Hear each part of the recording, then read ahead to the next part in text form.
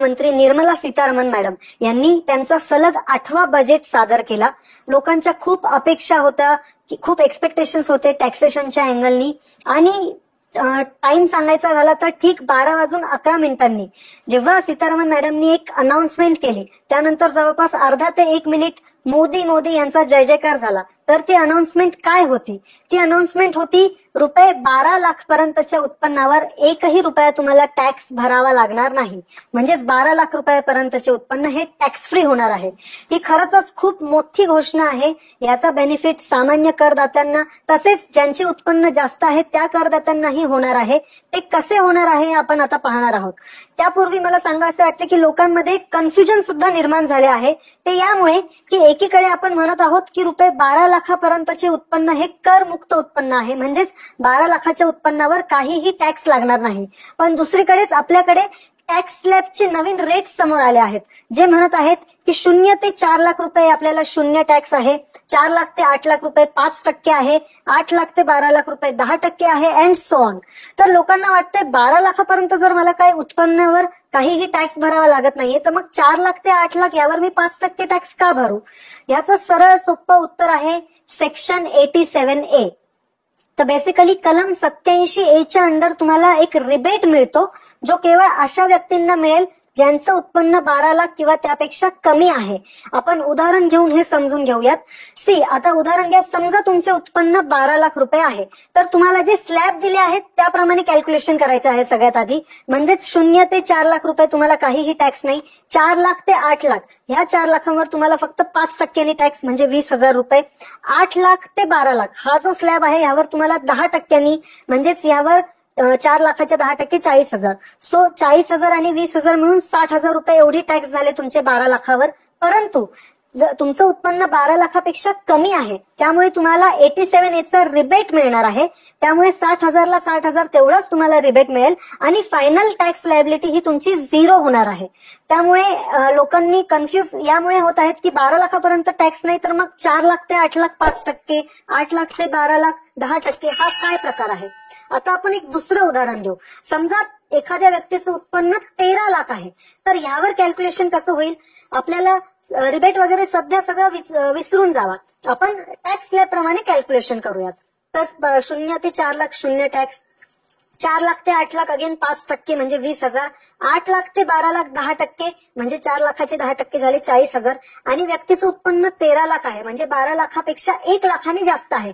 त्या 1 लाखावर त्यांना 15% टॅक्स भरावा लागणार आहे. म्हणजे 1 लाखाचे 15% झाले 15,000. आता तुम्ही टोटल करा, 20 अधिक 40 60 अधिक 15 75,000.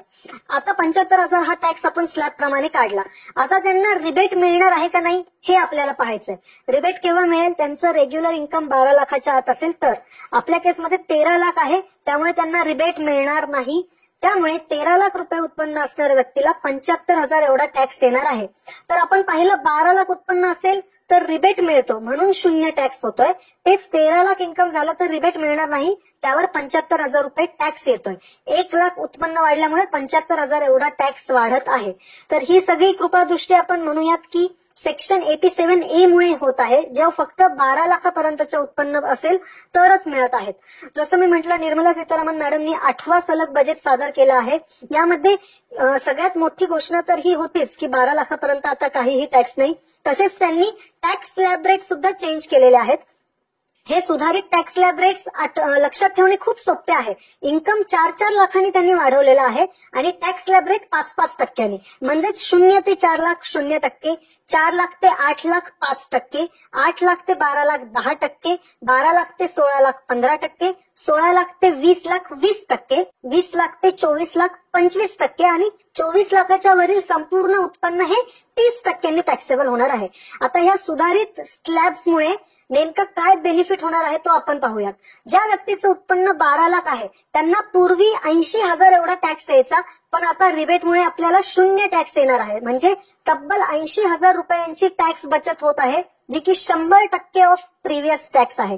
आपण पुढे जाऊया. एखाद्या व्यक्तीचं समजा उत्पन्न आहे 18 लाख रुपये, तर त्यांना पूर्वी जो टॅक्स यायचा आणि आता जो टॅक्स येणार आहे यामध्ये तब्बल 70,000 रुपयांची टॅक्स बचत होणार आहे. म्हणजे ऑलमोस्ट 30% ही टॅक्स सेव्हिंग होणार आहे. याच्याही पुढे आपण जाऊयात. एखाद्याचे उत्पन्न 24 लाख किंवा 25 लाख किंवा त्याच्या पुढे कितीही असू द्या, त्यांना पूर्वीच्या टॅक्स स्लॅब प्रमाणे आणि आत्ताच्या स्लॅब प्रमाणे जो बचत होणार आहे ती तब्बल 1,10,000 एवढी प्रचंड मोठी टॅक्स बचत होणार आहे. त्यामुळे असे नाही की फक्त 12 लाखाच्या उत्पन्नापर्यंत त्यांनाच बेनिफिट दिला गेला आहे. सगळ्याच गटांना टॅक्स स्लॅबमध्ये सुधारणा केल्यामुळे इनडायरेक्टली हा बेनिफिट होणारच आहेत.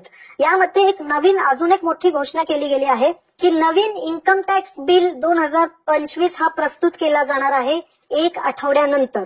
परंतु यामध्येच एवढ्या मोठ्या घोषणा केल्या गेल्या आहेत तरी असा आम्हाला अभिप्राय वाटत आहे की नवीन टॅक्स बजेटमध्ये कदाचित किंवा नवीन टॅक्स जो बिल प्रस्तुत करणार आहे 1 आठवड्यानंतर त्यामध्ये ओल्ड रिजीम ही पूर्णपणे बंदच करू शकतात. त्याचे कारण असे आहे की आत्ताच्या या बजेटमध्ये ओल्ड रिजीमसाठी काहीही बोलले गेले नाही. ना कुठले डिडक्शन वाढवले गेले आहे, ना होम लोन किंवा त्याचा काही त्याला कुठे इन्व्हॉल्वही केलं गेलेलं नाहीये.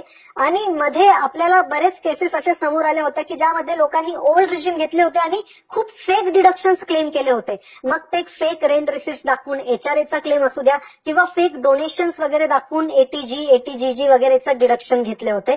तर हा पूर्ण घोटाळा किंवा टाळण्यासाठी डिडक्शनच राहणार नाही तर हे फेक डिडक्शनचा प्रकार येणारच नाही. तर थोडक्यात नवीन जो बिल येणार आहे काही आठवड्यातच आपल्या समोर येईल. त्यामध्ये जर ओल्ड रिजीम हा पूर्णपणे बंद केला तरी आश्चर्य वाटू नये.